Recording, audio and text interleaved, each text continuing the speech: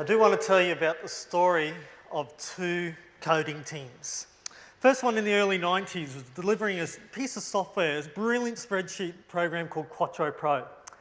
On average, the developers on that project delivered 1,000 lines of code each per week.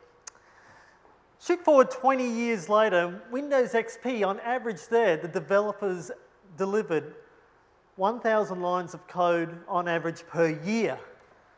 So, I give up. How can one project team be 52 times more productive than the other project team? What gives? How do they do that? Going back in time as well. And this brings me to the concept of agility.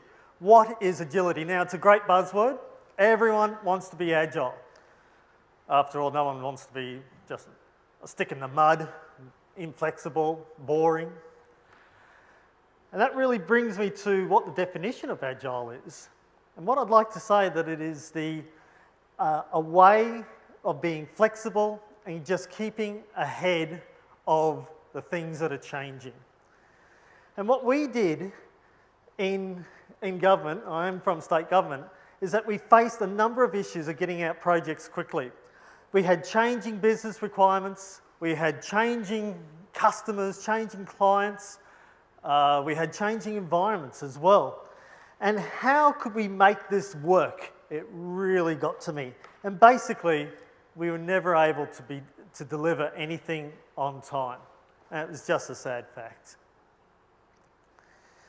So what we did was we took up an agile process called Scrum. Now there's many agile processes.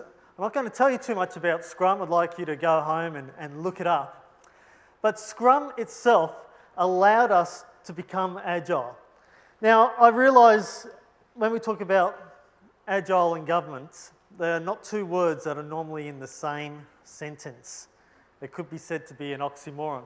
But because of the changing political landscape, the changing social landscape, you'll find that government project teams have to be just as good as commercial project teams. We have to deliver on time. We have to get things out there on the web.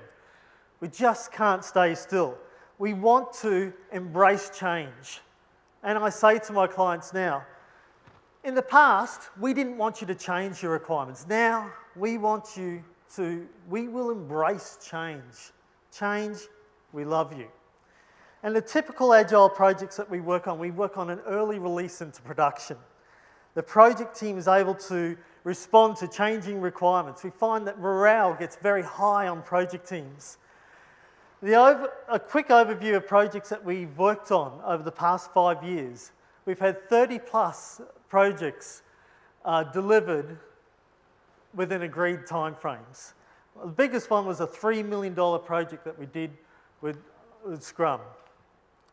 And the business benefits that we get from Scrum, we're able to respond to legislation changes and social landscape issues really fast. We're able to respond very quickly when the minister comes out and says, we want to go do this.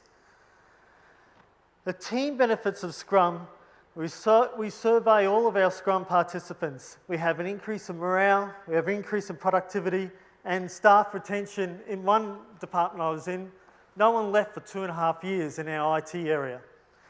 In Scrum, we have an agile project leader. We no longer have a project manager. Our focus is directly on the team. The teams are self-managing.